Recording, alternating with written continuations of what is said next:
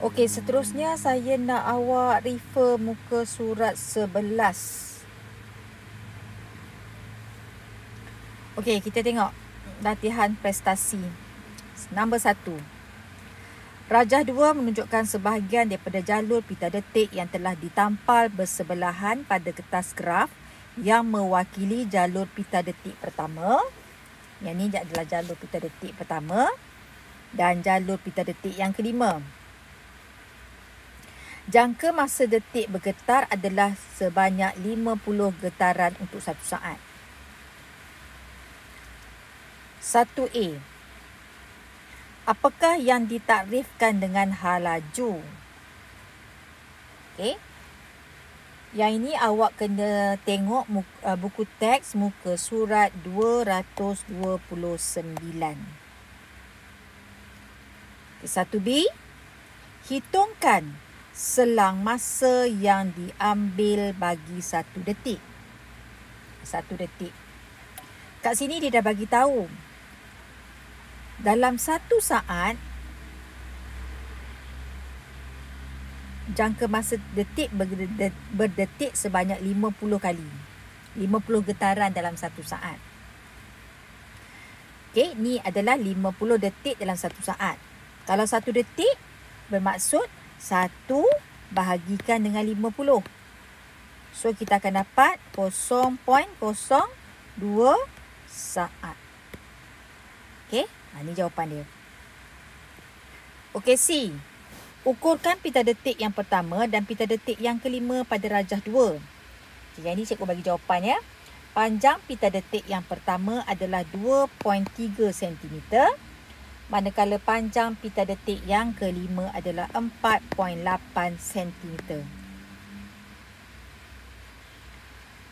Soalan D. Hitungkan hal laju bagi pita detik pertama. So, hal laju macam tadi.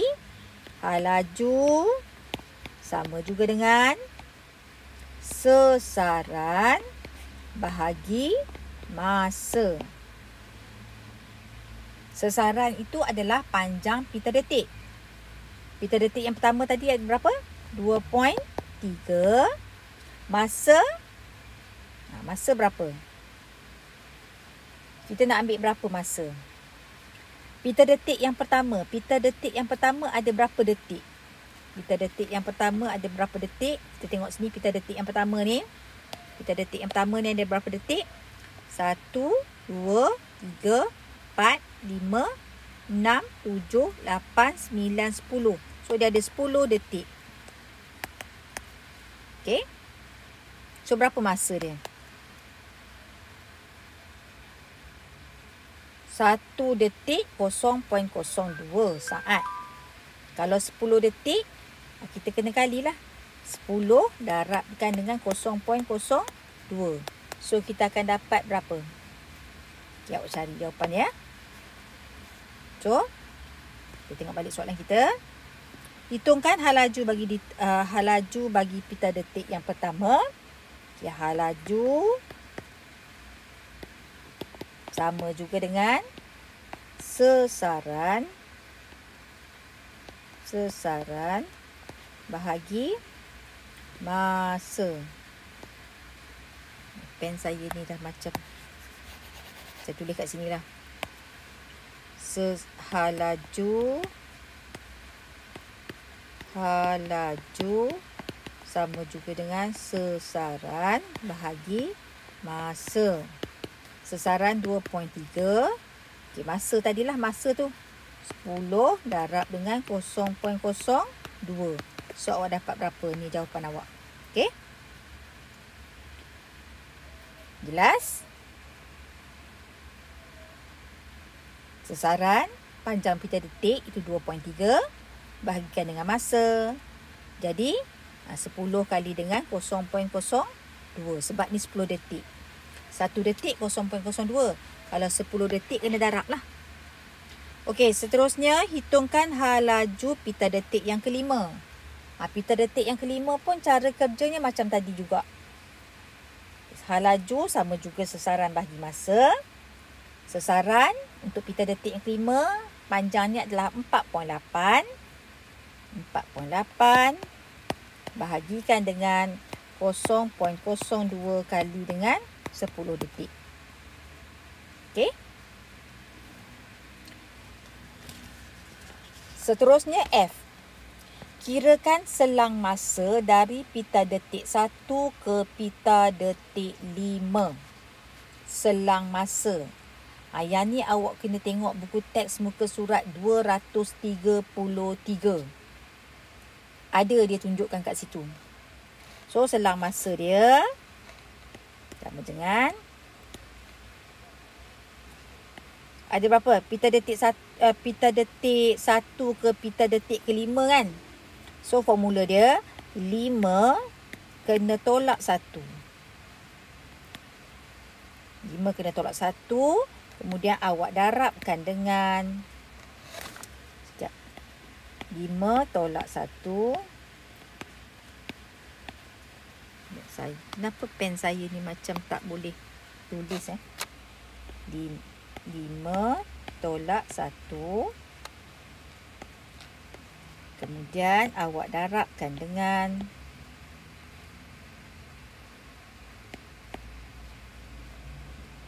0.2 saat. Awak dapatlah jawapan dia. Dapat jawapan dia. Okey. Okey, G. Hitungkan pecutan troli tersebut. Pecutan, formula pecutan sama juga dengan halaju akhir tolak halaju awal bahagi masa. Halaju akhir ambil yang ni A, ini B. So, pecutan, formula dia halaju akhir apa dia? Halaju akhir tu yang B tu, ambil yang B tu. Contohnya awak ambil nilai B, awak tolakkan dengan nilai A sebab A adalah halaju awal. Awak bagikan dengan masa. Masa berapa tadi? Masa yang ni awak masukkan kat sini. Nilai dia ni. So, awak akan dapatlah nilai pecutan. Okey? Pecutan sama juga dengan halaju akhir tolak dengan halaju awal bahagi dengan masa. So, pecutan sama juga ambil nilai B, tolakkan dengan nilai A, awak bahagikan dengan masa. Selang masa ni awak bahagikan kat sini. Katalah ni X, awak masukkan nilai X itu, awak dapat jawapan dia. Okey? Itu untuk muka surat 11. Okey, kita tengok soalan muka surat 12 pula. Rajah 1.1a menunjukkan eksperimen untuk mengkaji halaju troli apabila satu blok kayu diletakkan di bawah landasan. Rajah 1.1b pula menunjukkan keratan pita detik yang terhasil. Okay, macam tu awak nampak. Okey.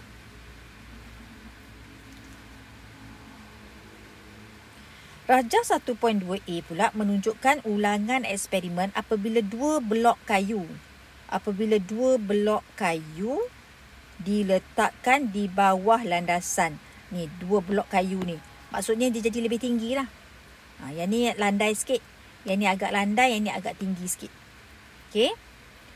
Rajah 1.2b menunjukkan keratan pita detik yang terhasil. Okay, nampak keratan pita detik yang terhasil tu dia macam panjang sikit kan? Yang atas tu macam pendek sikit.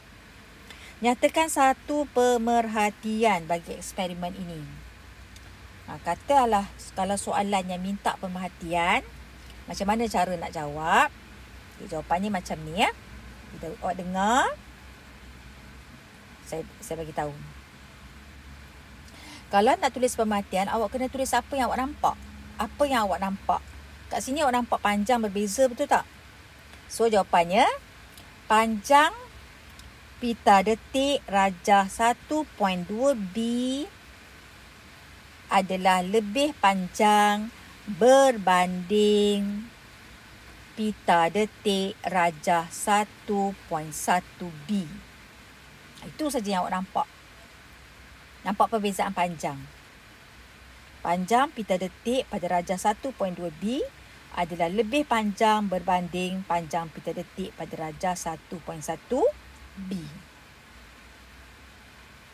Seterusnya,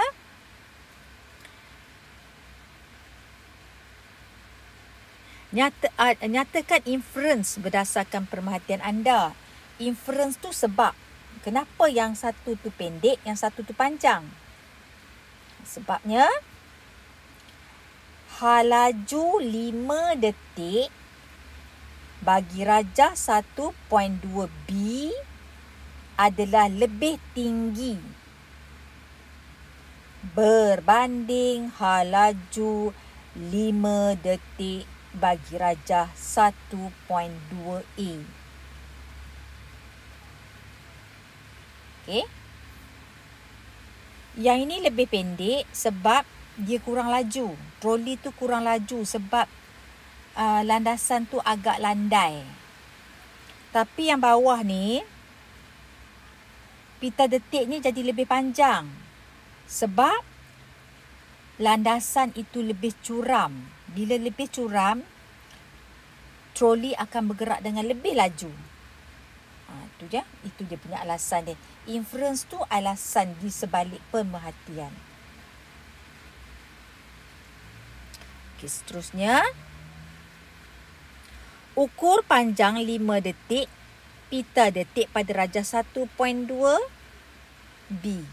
Yang ni kita tak tahu berapa panjang dia kan. Yang ni awak tinggalkan lah. Awak tinggalkan ni. Ukur panjang sebab tak jelas kat sini kan. Kita nak ukur. Kita tak apa, tinggalkan yang tu. D. Soalan C ni bergantung pada cetakan kertas masing-masing lah. Sebab kalau cetakan tu besar, jaraknya jadi lebih panjang. Kalau cetakan tu kecil, jaraknya menjadi lebih kecil kan. Jadi bergantung pada kertas cetakan awak. Okay, yang C tu tak payah buat. D. Nyatakan pemboleh ubah dalam eksperimen ini.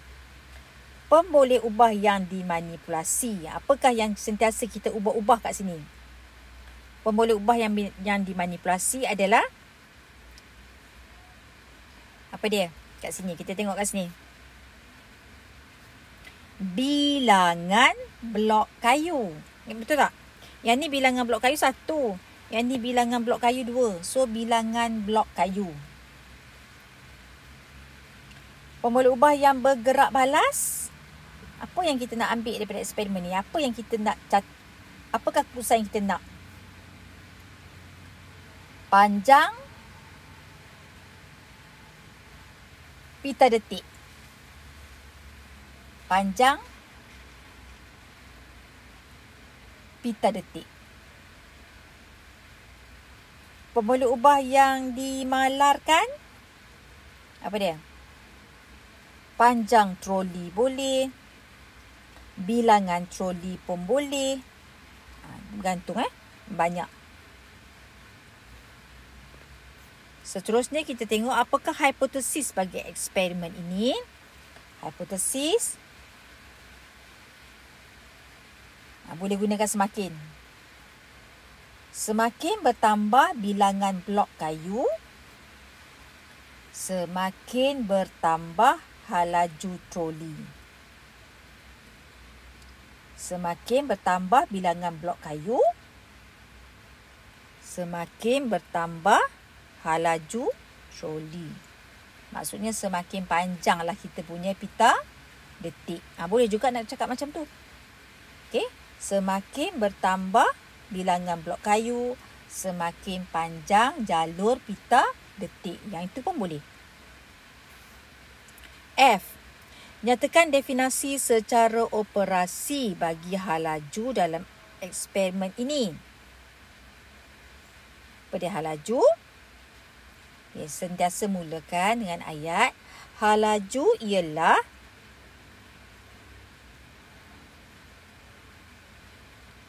satu konsep.